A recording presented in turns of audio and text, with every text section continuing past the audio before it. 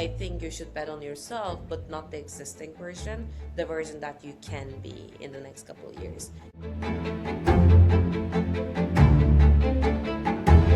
Hello, everyone. Today, welcome to a new episode of Mechanics of Success. Today, we have Dilan with us, all the way from SF/Istanbul. Welcome, Dilan. How are you? Hi, thanks for having me. I'm good, thank you. It's a gloomy day in Istanbul. I don't know why, but besides that, it's good. How You about you? just you How are just you? came back to Istanbul, right? Yeah, I was in SF. We just opened our office there. It was like really exciting, really hectic. I'm not jet lagged because I think I was like operating at both time zones anyways. But again, like it was really nice. You figured out the secret key to not to be jet lag. Yeah, I'm not sleeping. Nice, nice. I'm good as well. Yeah, it's busy in the Netherlands as well. The ecosystem is growing quite fast, and we are doing our best to support it. So, yeah, it's Sounds good, going sounds quite fun. well. We backed two companies from Netherlands, so I was like Oh. exposed to the ecosystem there Which briefly. uh, which which ones? Patient desk in Caretta Okay, was in Netherlands. Kyra from Karata, I heard. Yeah, yeah, yeah, yeah. Yeah, yeah, amazing teams. Okay, can you tell us a bit about yourself? Yeah, What of you course. did in the past, what you do now? Yeah, so I'm an investor at E2VC. We're backing Turkish and Eastern European immigrant founders in the early stages. So usually, like our portfolio companies are either based in the States or they're trying to go there, and we do our best to support them in the earliest stages possible.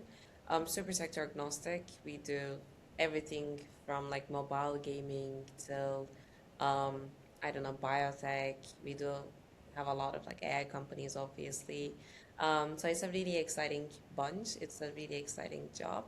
Me, on a personal basis, I have my background in business and economics, but I was this like curious and geeky kid, especially all throughout like high school. I was doing robotics, physics competitions, so I think it's like a full circle moment for me now, um, since I'm doing like business, but also the quote unquote geeky part. So yeah, Okay, that led you to explore different topics and you ended up in VC. exactly. Is it hard to handle all of these topics as your sector agnostic? Yes. Quite a lot of research, I suppose. Definitely. Like sometimes I feel like I have a block in my mind that just like keeps me from understanding a specific subject till I learn, Yeah. till I like read a lot about it. Versus other subjects come a bit easier, like robotics, like I said. Um, but all in all, like it's my job to learn and be curious, which is I think one of the like most fun Yeah, jobs you can have. I agree. I agree to that. So, with the first question, how do you define success given that you are a investor and Yeah. what actually drives you? I think I have like two sets of answers for that. The first one is obviously from a startup point of view. So it's like really easy to define success. You know when a company is successful. It's not something that is like implicit, it's really explicit. But if you wanted to quantify that, because success is a really long horizon thing for us, maybe not as long as 10 years as it was back in the day, but at least for like couple years. Like I want to say 4 to 5 years. It is still ambiguous. So for you to define success in the earliest stages, I think you can anchor yourself to the next round. If a company raises its next round and it's like a proper round with good investors that can enhance the potential of the company, you can say it's a success Yeah. for the time being. Obviously, the jury is still out. On a more personal way, still as an investor, I think it depends on how many people know about you and how they know about you, especially the people that you work close with. Like, what's their um, perception about you? Do they think that you're a good investor? Yeah. You are helpful, or at least you try to be helpful. Are you a good sounding board? Because I think it's one of the most important things that you could be as an investor, especially if you're a generalist one, meaning you probably don't know anything or everything about that particular company or the industry. So yeah, like definition of success can is changing for me on a personal level versus on a company Yeah, of basis. course. But it's I think stems from trying to do the best for you, for your portfolio companies, and for the business. If you were to focus on the business side a bit more, Yeah. so you said raising a funding round. What amount should they raise so that it is successful in your terms? I think it's not really about the amount per se because like it's really different from industries, the Fair. stages, the geographies, the founder Mhm. profile. We or like I try to quantify it or like try to verbalize it throughout the founder qualities, to Yeah. like through the founder qualities. So like first, I feel like they should try to grow relentlessly. So after the first round, they shouldn't like act as it was the success criteria and now they're Mhm. successful. I think the like need to grow and the relentless need of growth should be ever existent in a Yeah. founder. Yeah. And if we're like trying to define the successful founder, I think it's one of the like main pillars. Not guaranteeing that, but at least making it possible. On a more controversial front, I would say being able to read the room in different settings. I'm not specifically talking about EQ or like being just like a super social person, but having a baseline understanding of, okay, Mhm. like what's happening in that room, what needs to be done, what's Okay. being discussed, and not like really from a smartness level. So like understanding what is happening, what needs to happen, and what's the bottleneck there, and like what's the goal in this specific room, and room is obviously ever changing too, is another thing I would say. I feel like they should be really good at something, and that something can be different depending on the founder profile, depending on the industry, and I don't think there's a like right answer. Oh, if you're from that industry, you need to be good at this Yeah. specifically. Yeah. I don't think it that like it exists, but it can be. But do you mean domain expertise or just like something that they're passionate Mhm. about? No, like something that they're really good about it. Okay. Something that anyone who speaks with them leaves with, Okay. Yeah. Yeah. an Yeah. impression It that gives an like impression. an Yeah. imprint, yeah, an imprint that kind of they left whenever they speak with someone. It can be this stardust, the I don't like you being starstruck Yeah. from Yeah. them, or Makes sense. maybe them being super hard workers, super smart, super decisive, amazing with people. Like name something, but it will leave you interested in them after you have a conversation with them. Okay. And out of these three, which one would you say is the most important one? I think like need to grow relentlessly. Like I would say either need to grow relentlessly or being really good at something. But I want to go with the first one because I feel like even if you're not the best version of yourself at that given time, you can get there. Yeah. But if you don't have the first one, the third one doesn't really um, not make sense, but like it's a bit limiting.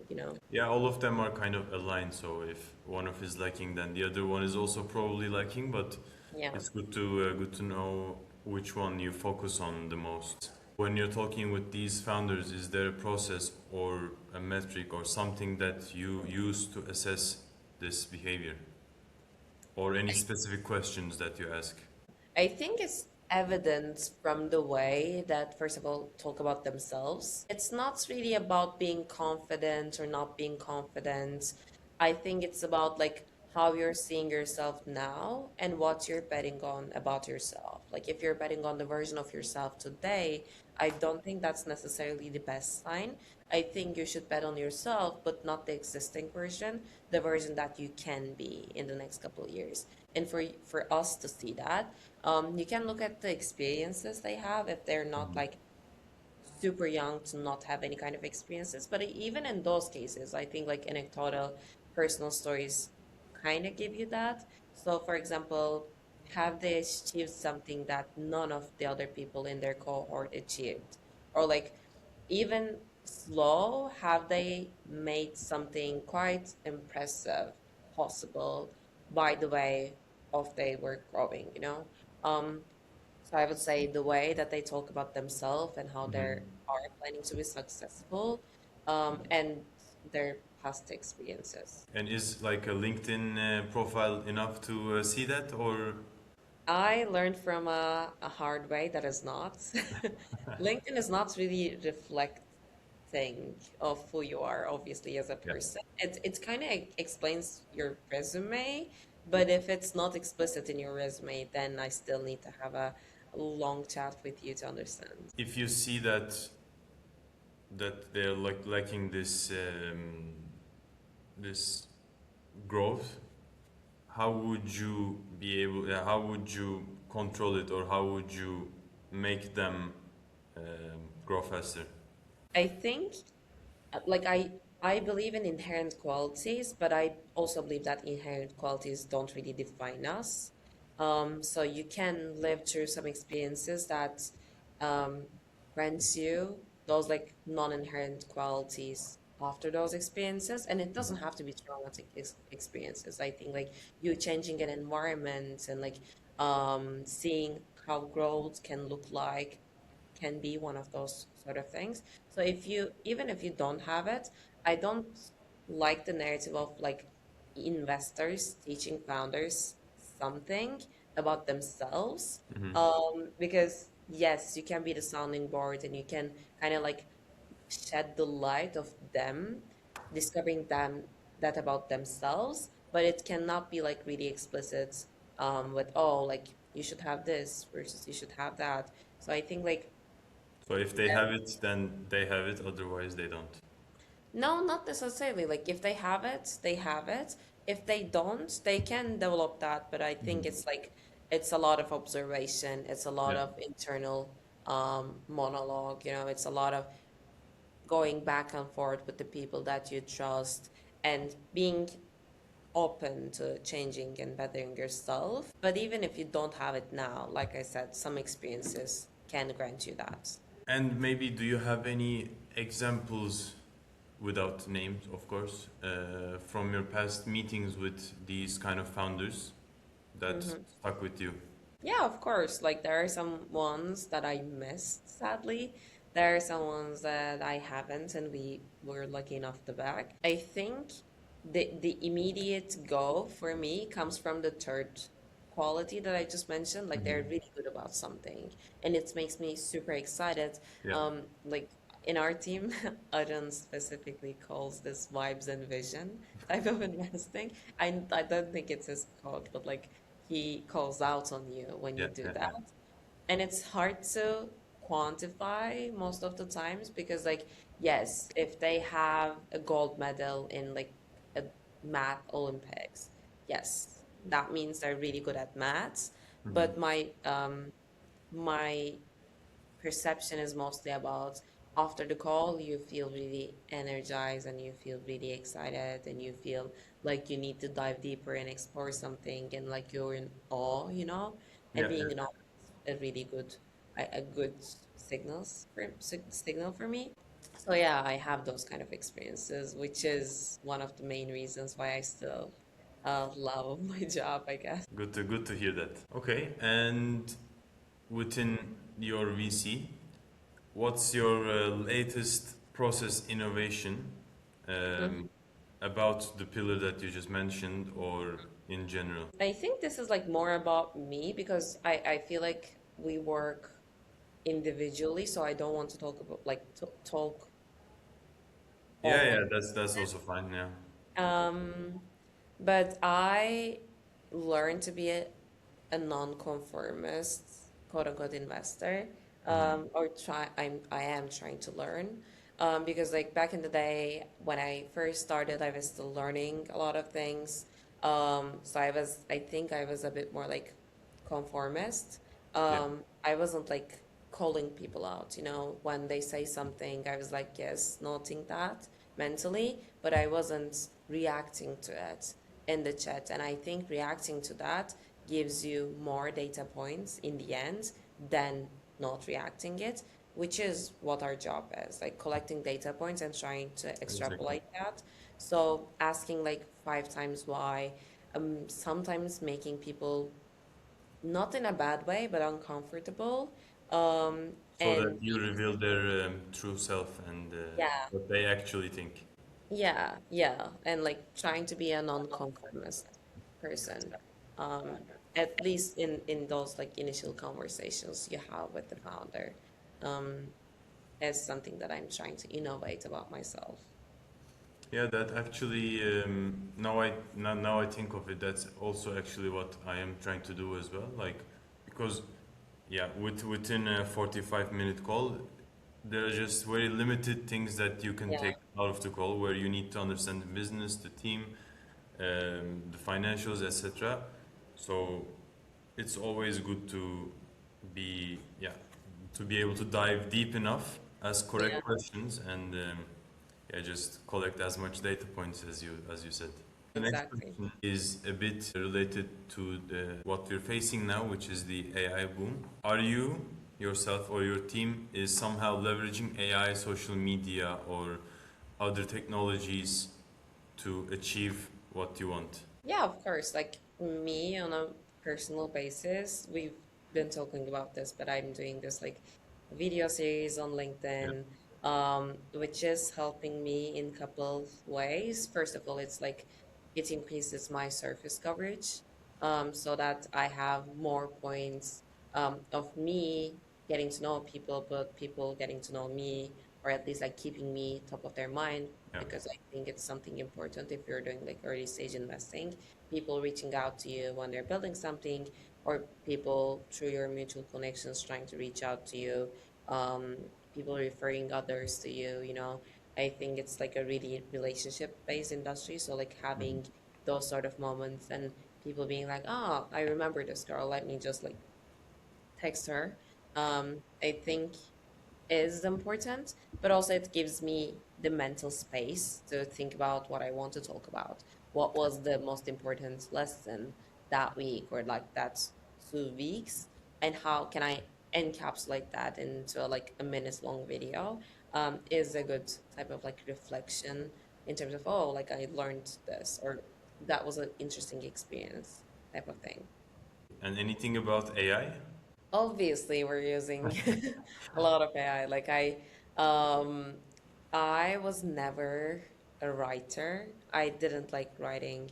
I'm trying to change that about myself, especially like writing about my experiences and how I'm Mhm. thinking. I think it's giving me clarity. Back then, it wasn't like that. So it's made my written content way easier to have, but also it helped out with like understanding certain signals, capturing those signals, and like making your work day more productive, obviously.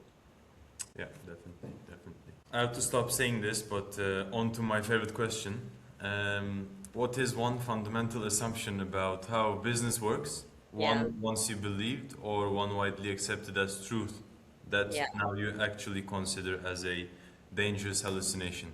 Back in the day, I was taught and I was living in an environment where inputs equaled outputs, Hmm. or at least like even if it's not like a straight equation, there was this like exponential component that you can still figure out somewhat. But I no longer believe in that. I think that input is the output. Input equals output, or if you can see the like rough estimation of how it's gonna look like, that means you're not taking enough risks. So it should be more like expected value type of equation for you. Yes, it shouldn't be like a blind risk that you take with like no, like I don't know, lower bound, upper bound. It Hmm. shouldn't look like that, but in the end you shouldn't be able to give a good estimate on how Yeah. is it going to look like. It should be like an expected value type of estimate, you know. So it's scary enough to not to know what's going to happen, Yeah, but also entertaining enough to reach to an expected yeah, value, right? yeah, exactly. And do you apply this to both your personal and your career? Personal, not sure because I think the boundaries of my personal and like work life is kind of blurry right now. But on a like work type of thing, yes, obviously. I think Yeah. what we do essentially is like there's this portfolio maximization part or optimization part that you can really quantify, but also you're trying to maximize the expected outcome of an unknown situation. So exactly. And did you came to realize this after a thing that caused you a problem, or is it just something that you reflected to yourself or learned from others? I I'm an observer. I feel like I like observing people. And when I first started my job, there wasn't that many opportunities for me to observe investors. So I observed founders, Yeah. obviously. Yeah. And I felt like they're a great example of this because they're not trying to optimize input, they're trying to optimize output. And if you know the equation, you would try to optimize the input. So me realizing that, I think it gave me a good perspective on how I should change how I behave, how I talk about or think about input versus output. And also quite an interesting question. What do you think you do differently than your colleagues Mhm. in other VCs or yeah, other investors? I uh, I kind of alluded to that with the last question too, but Yeah. like I said, I don't have that strict boundaries when it comes to personal life versus work life, which is kind of allowing me to be this like quote unquote friend. Hmm. Um, for you while you're building something, while you're thinking about building something, so you can definitely trust when it comes to me being honest and giving you raw feedback. Um, and if I build that trust, I can be a non-conformist person. I can be like challenge you. The thing is, doing that before you build trust without coming off as mean. But like going back to the question, um, I think like me advocating my youths, me trying to be your friend and your good, a good sounding board for you, which is not something that no one does, but I think like people still create those boundaries when it comes to their like work Yeah. versus real life, you know? Good point. Let's now reflect a bit on the future. Yeah. So, how do you see what it will take to be successful as a person or as a startup, shifting over the or as a VC, shifting over the next decade, given the AI boom, as I said, social media, all these politics and economical shift happening around the world? I'm hoping that it will be more ecosystem driven than before, meaning if you're successful, you're going to attribute that success to not just yourself, but Yeah. you as a product of your environment, you as a product of your environment.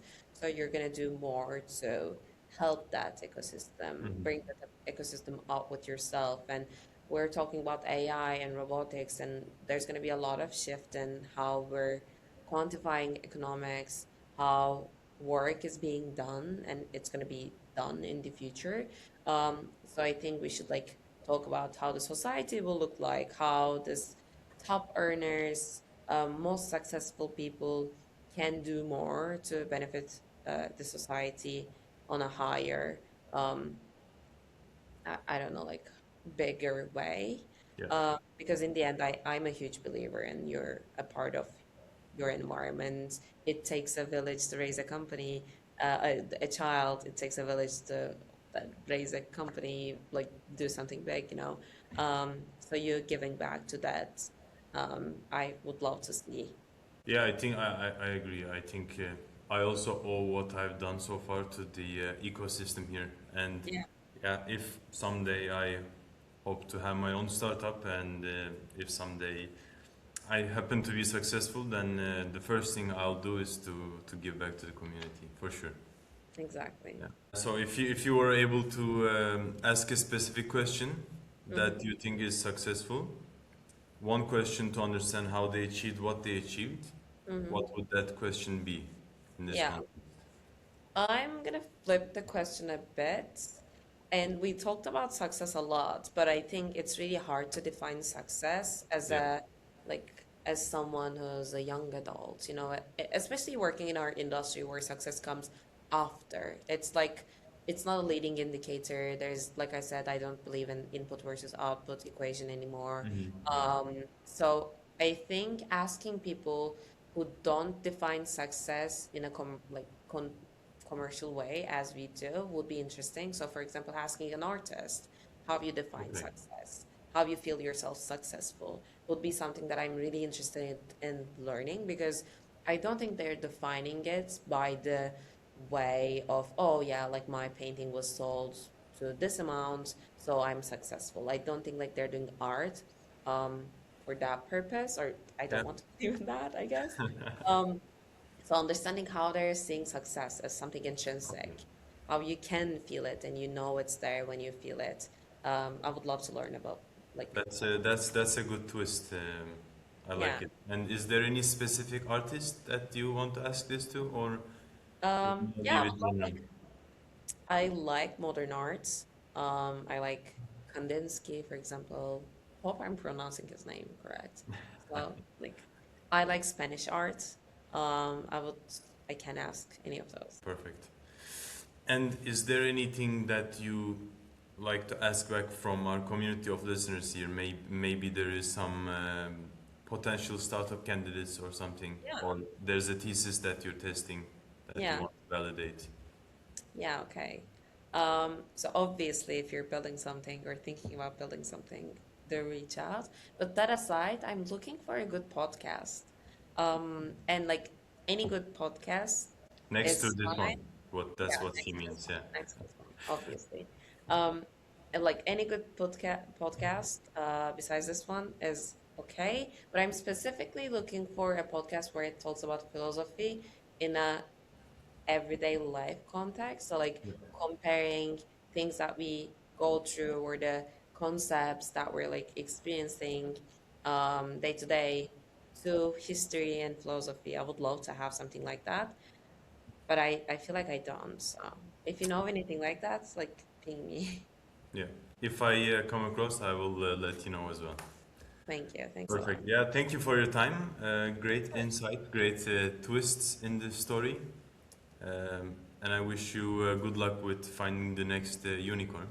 Hopefully. Thank you. Thank you. You too as well. Bye bye. Bye.